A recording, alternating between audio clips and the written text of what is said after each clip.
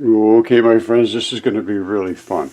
This is Sabine Hassenfelder, and I respect her highly. She's a very good physicist and understands mainstream completely. Now, I'm not sure what she understands about my research and about the speed of light and so forth, but she's saying, I think faster than light travel is possible, and here's why. Now, this is a fair use act. I'm just responding to what she's saying, and again, you have to make your own determination. I really haven't watched enough of this to make a determination of what she is exactly saying, but I love the first part because it tied into my two favoriteest, bestest, most wonderfulest things, and here it comes. I believe there's intelligent life on other planets, and the most plausible reason why they haven't contacted us is that we're too boring. I mean, we haven't even figured out how to send information faster than light. Pathetic! But wait, let me guess. You've heard that it's impossible to send information faster than the speed of light because physics? Yes, I've heard that too, but I think it's wrong. And in this video, I want to explain why. Is it possible to break the speed of light limit? That's what we'll talk about today. She's very good, and she's If you've been following this channel for a really long time, first of all, thank you. I know it isn't always easy. Second, you may remember that I already made a video about faster than light travel a few years ago, but I think no one understood it. In fact, when I watched it again recently, I didn't understand it either. So please give me a second chance, because I think it's becoming increasingly relevant to get this right. And this time, I'll try to do it better. All right, we're going to watch Sabine, but before we go, I just want to see, yes, you are correct. However, aliens have come here, and I can show you that evidence right here. And here's the light, and I can show you light accelerating. All right, here's a light, a normal wave of light starting to accelerate. But this is pulsed red lasers, nothing more than a particle creating a wave in front of it because its field has to interact with all the fields of all these particles. They have their own little magnetic fields. So that is the pulsed red laser. And here it goes accelerating. You can see it? And here is like a rocket ship. And now we can actually watch that particle manifest itself as this particle right there. And this little part here in the front is where it's crashing into all the particles that are in front of it. So that begins to glow violently, and then that particle will actually flip backwards. This one's not charging, this one is. The dark matter is in front of it, and this is literally dark matter. They're muons, they carry all the weight, they don't divide. These get glowy or tiny, big and big, huge and tiny. The other ones don't, they never change size. A muon is a muon forever. And that's exactly what they say here from Fermilab and CERN. Muons do not change size. They just keep on going and they go on by themselves. The electrons turn into, the electron neutrino turns into an electron shower. Precisely what we're showing right here. There's no difference whatsoever. So now, and Sabine, here is the people that you're talking about not being interested in this. I think that's an actual head from, looks like the guy you showed with his fingers up like that. Hopefully peaceful. And I looked at this not real carefully, but enough to where I never had it in my hands or anything, and by the time I saw these pictures, it was gone. Somebody had purchased it from the person who owned it. But I see enough to conclude that it's quite likely was real. And it had like 2 ears or something. I don't know what this is. But it looked pretty real to me. Now, this one here I had more contact with, and this one still exists. My friend Kim has it. And you can see the lips, you see the different texture of the skin, of the membrane areas, and underneath the neck it has all the structure of the neck of a creature. This is underneath, and this is the nose. The tongue came up like this through this hole. Up in here, the mouth is up above. All right. The tongue would have come up through here. I think it had like a, I don't know if our tongues are exactly that way or not, but this one had like looked like a split tongue. And you see all these little dots up in the top here, bing, bing, bing, bing, bing, bing. It almost looked like they're like, well, here. The reason I'm showing you that is because of this. You see all these little braids coming out of there? It's almost exactly, well, not almost exactly, I don't know, it's similar. They were all serpentish things going on here a long time ago. We're not all that boring, but people that refuse to examine reality, yeah, they're boring. I go along with you, Sabine. 100% on that one. Okay, here's the problem with physics and theoretical people in general, is that they go off on these tangents about time travel and paradoxes between going back and forth in time. Well, maybe you can do that. I don't know if anybody's gone back in time, but I don't know. I can't rule it out. However, I would say that I have never seen anything go backward in time. So, but they're talking about does not necessarily imply time travel paradoxes. In other words, you can't do this and be younger than yourself. How would you do that? You can't go back to being younger than yourself. Anyway, there's a lot of things. But listen to what she has to say to more or less finish this up about us being boring people, and that's why aliens won't come here, and we can't speed up light, or we really don't. Basically, we don't even know what light is. I mean, I do. I just showed you what it is, or I will. Anyway, here goes. To add one final reason why you shouldn't trust the argument that faster-than-light travel is impossible is that we know our current theory of space-time, general relativity, can't be correct because it doesn't work together with quantum theory. This is why we need a theory of quantum gravity, and we still don't have one. We know, however, that causality and locality become really screwed up in quantum mechanics, and the same is probably the case in quantum gravity. First of all, they don't know what the particles are made of, which is the black and white particles I showed you and will again. And they don't understand how gravity works. Why does stuff stick together? Why does it all clump up in a big ball like the Earth? They don't understand any of this stuff, and they admit it. They admit it. Now, she's saying that they think they're starting to understand it, but I don't know anybody that understands it in the way that I understand it, and I'll show you how I understand it. And if I'm wrong, I'm wrong. But I'd like to have somebody confront me about it, because I can show you these events and these interactions literally happen in real time, in actual photos using CMOS. Right? That's metal oxide silicates, complementary metal oxide silicates, and they pick up all of these frequencies of light, and they don't interfere with them. All they do is receive them. So it's not like we're having the observer effect where it changes things. No, we're just looking at what has actually happened by the excitation, which is the frequency that's hitting these particular metals. CMOS, very, very excellent photographic illumination photography, and it's right from a smartphone. These ones I'm going to show you are from a smartphone. All right, this is from some research I did with Rod Warren. He did the actual experiments, and I worked on the atomic side of it. And here's what happens. Light is pulsed from a red laser. Now it's starting to accelerate because it's starting to get crushed and pinched and into itself. And when it does, it squirts like squirting out of the tip of a hose. But everything in front of it is particles. And every particle has a magnetic field surrounding it. It's just like a little bar magnet. And here's what they look like as actual particles by themselves, right here. That's these light particles, and they create those waves. And it's because the magnetic field's way out here. You see it? Hitting the little particles in front of it. Now, so it's pulsing, boom, boom, boom. That's the particle that's actually interacting with all the other particles in the air.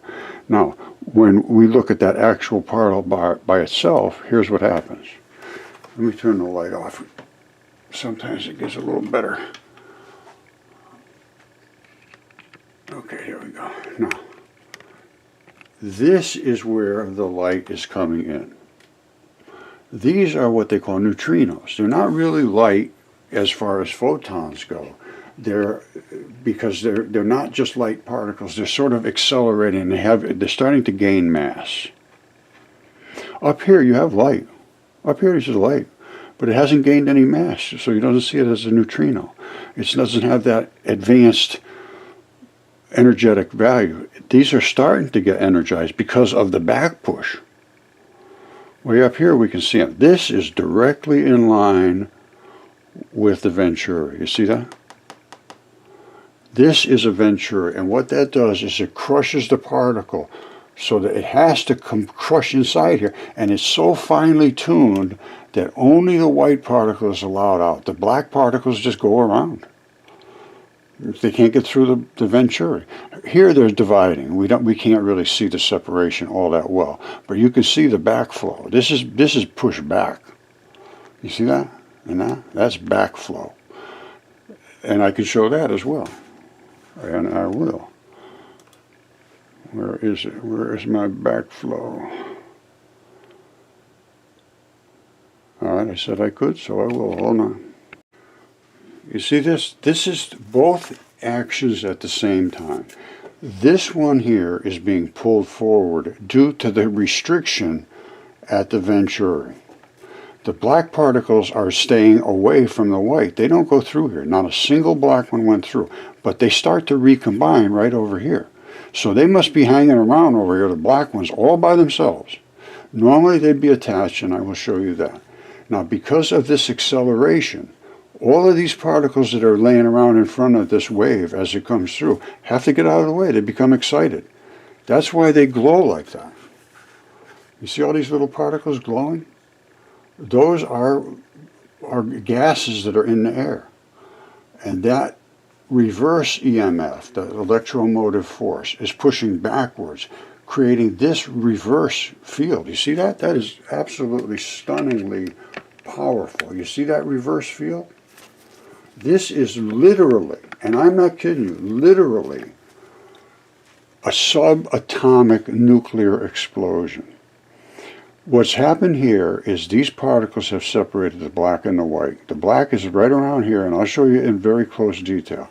And it's completely separated from the white. And the blacks never change their size. Now they're just working like a jackhammer. Bam, bam, bam, bam, bam, squirting this through. Because they push, and I can show you that happening. Why are these glowing white like this? Where do they come from? They're just like this, only you never would have seen these because they are not accelerating forward or being pushed back. These are being pushed back so violently, they are as white gets. This whole region is just an subatomic explosion. It literally is. Back here, you got the same particle. Here, it's whoa different. If you can increase the luminosity, you increase the energy. I believe that's, if somebody can say that's not true, I'd like to have them say it to me and talk about this. Now, remember I said I could show the black pushing the white? Well, here it is exactly here. These blacks never change size. This time, the Venturi was just spread enough so a few little blacks could get through with the white ones. And they're just pushing, boom, boom, boom, boom, boom, boom, pushing the black wave in front of it. Huge wave of brilliant white. You see it? And it's making this boom, boom, boom, boom, boom, boom. Everybody's got to get out of the way, so it's concussing far in advance of itself. And that's that little white, the little black line, which is the little black balls. And all they are is separate little balls. And everything in front of it has to glow because these are pushing other white particles in front of them. It's called the Kashmir effect. And that is extreme luminosity. And I believe that's an increase in energy. All right, I'm going to run through this pretty quickly. This is Fermilab's point particle article. Point particle article.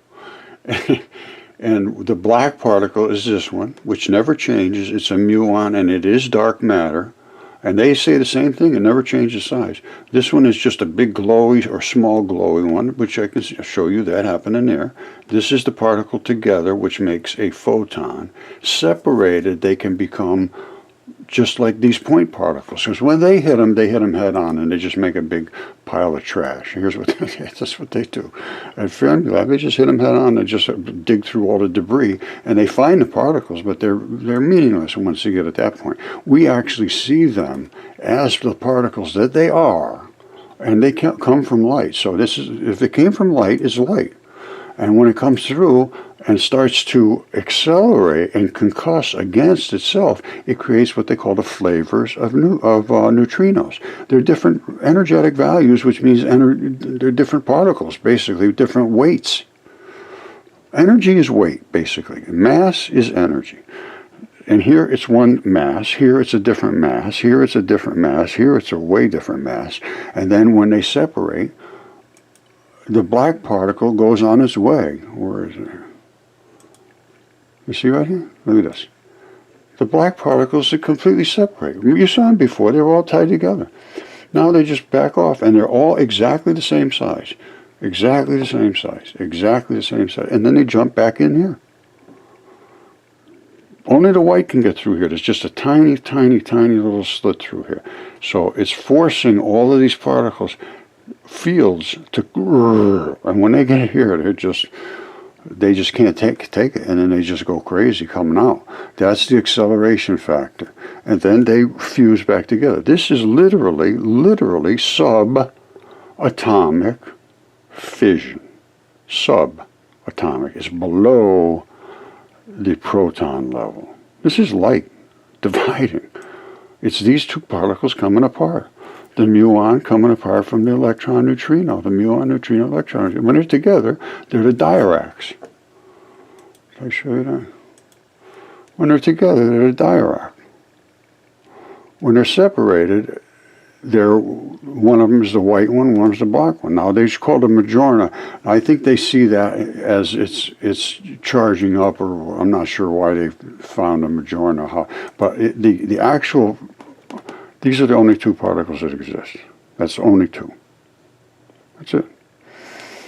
All the rest are made from those two particles. A gluon is just those two together. A photon is two gluons. And then it gets bigger and bigger and bigger from there. What else can I show you here? Well, you saw this, which is the white being pushed by the black. And this is, I saw something else I wanted to show you. Oh, there's so much. Oh, this one here. This is the white shower coming through. Remember I showed you before there was an area where there's nothing but whiteness coming through. This is when it joins back together with the black particles, and they form these. These are Higgs fields. They have it backwards. They think the Higgs fields makes everything else. Well, these, you could take it one way or the other. Anyway, here's what they say. Here's the Higgs fields. They say everything emanates from the Higgs fields. I suppose you could see it that way. But I can tell you that we can divide these. When they come back together, they create a Higgs field. That I agree with. So you go one way or you go the other way. Supper to you. But these are the Higgs fields, and we create them in elegance, absolute elegant number of Higgs fields. I mean, look at them, just scads of them. And that's continuous. We don't have to stop that. It's not like one pulse and that's it, one pulse and that's it. It's just continuous, slapping them through there. And here's what they look like. Right here. This was a kind of an unusual event. One of the reds, because they're all red. They're supposed to be coherent light. So same frequency, same length of frequency, distance of the wave. Well, this one got pinched, and it flattened it out, turned it blue. So, and I've always, I think anybody that understands light and understands energy and understands the different colors of light, the red, green, blue, understands that the blue is the most powerful of the three colors. and it's got a very fast frequency. And here is actually the blue down here. And I have a better shot of the blue coming through. You can almost can't make it out being it's too. You see coming through here, through that Venturi, and right over here you can just barely see that there actually is two white particles. And the other ones, when you get down into the green and the red, well, here's the green. It's the same as the blue and the red, only the green is a little more powerful. Well, it's a lot more powerful than the red. As a matter of fact, here they are coming through the same Venturi at the same time. The green just pushes the red out of the way and continues on, and then reconcusses way out there. So the green has a much more impact, energetic value. And here it is coming through, just like the red does. There's your neutrino values, and there's your photons. I call those the photons, and I believe you, that's what I'm going to go with. I say that's the photons. And they're the same with the red. This is the red. Here's the red coming out. Neutrino values, different impact values. Then it gets to that, which I say is probably your photon area. Now, normally they don't put them through a Venturi. This is kind of unusual. So you normally wouldn't see these particles. You don't see them up here. You would never see those unless this was happening, and we are getting this reverse concussion that is so violent that it just lights up the explosive, unbelievable. Well, there it is right there. That is just a brilliant explosion at the Venturi. That's all it is. Because otherwise it was just nothing more than the laser. It was just going and then because of the Venturi, forcing the fields to crush themselves. That is what creates energy. Field against field is energy. Simple as that. You see this? This is a Feynman diagram. He's one of the biggest big shots in physics. And they can't explain these particles, and Feynman can't either. But they call it quantum field theory. I can. I understand what's being given off. Let me show you what Feynman... Well, let me show you what they have to say at Yale. Because I've taken courses virtually everywhere just to see what they have to say. Not necessarily because I'm trying to learn a lot. I would if I could get something out of it. But the first words out of Professor Shankar's mouth was, nobody understands physics. Which they don't, because they can't get down to the particle nature of photons being this dark muon and electron neutrino. Those are the only two particles that exist. I think I've been very clear about showing that. So let's see what he has to say in the physics course. You see here, I come up on my channel to search under Yale quantum physics, and of course all of the things I've ever searched for from Yale pop up. And the quantum physics, and you can search, I've gone to courses virtually everywhere. Now, this is the guy right here, Professor Shankar. Nice guy and honest. And this goes back 11, 12 years ago, actually. And this is about quantum physics. All right, so that's the spirit in which we are doing all right, this. wait a second. Here he goes. So this is a very exciting day for me, because today we're going to start quantum mechanics, and that's all we'll do till the end of the term. Now, I got bad news and good news. The bad news is that it's a subject that's kind of hard to follow intuitively, and the good news is that nobody can follow it intuitively.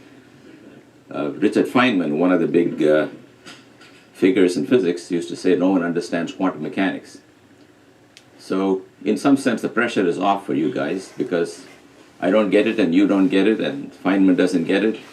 The point is, here's my goal. Right now, I am the only one who doesn't understand quantum mechanics. In about 7 days, all of you will be unable to understand quantum mechanics. Then you can go back and spread your ignorance everywhere else. That's the only legacy a teacher can want. So. Now, he's a nice guy. He realizes that the pressure is on these kids. They're never going to understand it because it doesn't make any sense. They don't understand what the particle nature is of these particles. Anyway, I've shown it hundreds of times, and I'm glad to show it again. If you haven't seen it today, well, I don't know, maybe I didn't show it today, but I probably have. And if you don't understand what it is, the dark and the light can get glowy and big and puffy, and the dark particle never changes. And that's exactly what it says at Fermilab. Where it is right here. Hold on. Here it is right here. This is the same particles. And this goes back 10 years, almost. And I tried to contact with Don Lincoln about this, and anyway. There's the black one. He says exactly the same thing I say. It just never changes. It's just a big black ball. It's just a slammer, and that one goes up and big and small. And here's what it is right here. In summary, the extended particles, the black one, is a fixed size, never changes. It might have a fuzzy edge. That's the color. The point-like particles are mathematical extractions. Zero size only can get big or small. Even the zero-size particles have extended field due to the effect of the field surrounding them. I agree 100%. 100%. And there's more over here about here's Dirac, and this is also from Fermilab, the Dirac and Majorna neutrinos. This is Don Lincoln again. And he had another one here somewhere. It's quantum foam, same thing. The universe is filled with these particles of light. They're light. He says empty space isn't empty. Where is it? Right here. Empty space isn't empty. It's saturated. Just like the foam in a root beer. The subatomic particles are real and have a measurable impact on our universe. So now they don't account for this. It obviously slows light down when light is coming through the non-vacuum of space. Space is saturated with particles, and they don't even consider that. What else I got in here? Black holes are linked with dark matter. Anyway, there's a lot we have to go back into just with what I'm showing. And this can be done very easily. This is not expensive research to do. A few $100s you can do this research. All we use was a cell phone and a couple of pulsed lasers, green, red, blue. This one here is a construction laser. This is a Bosch GLM 15, I think it was the one I used. Rod had the same one, only his was metric, same thing. And that's how the light stacks up on itself. As it hits a wall, it's pushing back against itself. In other words, field against field makes a field come back. And that's what we saw in this other one where we saw the reverse EMF. You see it all coming back? It's going bam, bam, bam, and it's saying, you get away, you get away, you get away, you get away. This one says, I'm coming through. No, you're not. Boom. Yes, I am. No, you're not. Yes, I am. Bam, boom, bam, boom, bam, boom, bam. It's like playing tennis or something, back and forth, however, and this guy's got a really strong backstroke.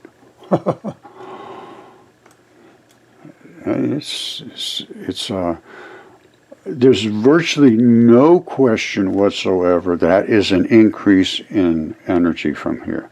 And we did nothing to that other than to create a restriction in such a manner as to force the white particles to literally crush each other. It's not really complicated. Compression is energy. The same particle weighs 1 ounce. It hits the wall, just bounces off the wall. It weighs 1 ounce. It hits the wall at 200 miles an hour. That's a whole different story. Then you got a serious impact, and that's exactly what we got there. That is energy. No other way to look at it. Unless somebody can change my mind, I'd like to have somebody try. I'm listening. Okay, I'm pretty sure I talked about this, and I'm going to go over it again. So if I did before, well, that's fine. If not, that's fine too. But what I have shown you is that we can't rely on the fact that you can't accelerate light, and we can't rely on the fact that we can't get free energy. And I'm telling you right now, if we took a laser and put it through that Venturi and increased its energetic value, and it could be up to 200 times or even more, we should be able to get free energy. We use some of that to keep the laser going, and the rest we can use to slam these electrons past a diode through a gate into our batteries. Boom, boom, boom, boom, boom. That's what it would come through here. We'd absorb it down through this transition metal collector device, which is these thin film metals, and accept all that very brilliant energy into that battery. Once it gets in there, it can't come back because of the diode. And then we just use a little of it, keep the laser going, and then the rest we can run our motors or cars or whatever, house, heat, lights, anything you want. All right, now she's just going to make a couple last statements, and then we'll close it up. Again, I think I might have gone over this, but I'm going to let her make these statements again because you might see them in a new light now. Here it goes, a new light. To add one final reason why you shouldn't trust the argument that faster than light travel is impossible is that we know our current theory of space-time, general relativity, can't be correct because it doesn't work together with quantum theory. Our current understanding doesn't account for gravity. They have no idea why gravity even works. No idea whatsoever. They have no idea about the basic particles that are inside the atom itself, inside of protons. Protons aren't made out of the particles they think they are. They're made out of two separate little particles, the black one and the white one, as simple as that. And you just keep adding them together. At 1823, they make a proton. 1824, it's a neutron. And you can break them up into all kinds of little bits and pieces. That's called radioactivity. Now, there's a lot more to it than that, but that's enough to get you started. Theory. This is why we need a theory of quantum gravity, and we still don't have one. We know how... I'm going to show you quantum gravity, then we're just going to call it quits for today. The Russians did this, and they showed it. The dark particles are the attractors. And here it is in space. Where was it? Right there. That's in space. This is a vacuum chamber. A vacuum chamber, I mean, there's no particles in there at all, no gases, no nothing. Then they injected a bunch of charged particles, dust particles with a little static on them, just like you get static on your clothes and they stick. That's what they did. They injected some dust particles with the little static charges. And it formed this. It crushed all the dark matter into the center. And this is exactly what's going to happen in space. They're talking about dark holes, about black holes everywhere. Absolutely, I agree with that. They're going to get forced to the center, and you're going to see a white glow around them. All right, so as far as I'm concerned, that was a black hole in space. The Russians created it in a vacuum chamber in almost zero gravity. And as it settled, it went boom, boom, boom, boom, boom, boom, boom, until it had a nice white glow around the center here. Now, it's still somewhat flat because the Earth has still got some pull on it. Down at Earth, though, all you would see is the white particles. You'd never see that. You'd just see the charged particles because the gravity would flatten everything flat. But here, it can open itself up. And if you were way out in space, having almost no interaction with any other planets, you'd have a big round ball. That would turn into a nice round ball. And they did a lot of other research on this that I followed very carefully. This goes back to 2014, 2015, right in that area. And they were quite open with their research. You could see all of the particles swirling as they were interacting with each other. They did a nice job. But anyway, the people on Earth freaked out. One guy locked himself in his office for 3 weeks. They were expecting to see squares line up where one particle pushes the other particle apart. Everybody pushes each other until it sets up this pattern of squares, blocks. And everybody owns his own little piece. But this happened. All the black went to the center. Black doesn't matter. It doesn't care about being on top of each other. That's the key. The black has no push against anybody else. It loves to be touching up against everybody. It wants to be right next to a white one, and it couldn't care less about being next to a black one. It just soon, maybe it wants to attract to the black one. I don't know. That I don't know. But I can tell you what, it has no problem being right on top of each other. And the white ones hate each other. They will never touch each other. If you see them right next to each other, they're close, but there's no enchilada. They are not touching each other. Where can I show you that?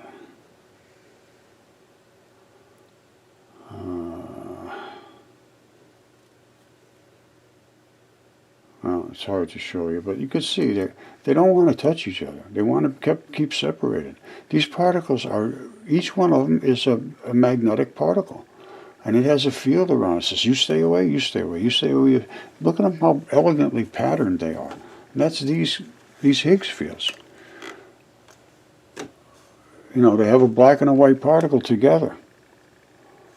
And the white particle surrounds the black. That's the way I'm seeing this. And this, to me, I believe, is these Higgs fields coming at us. Now, this work, I think, was done, well, I don't know where it was done. I've got to be honest with you. I've lost track of this. But it goes back years.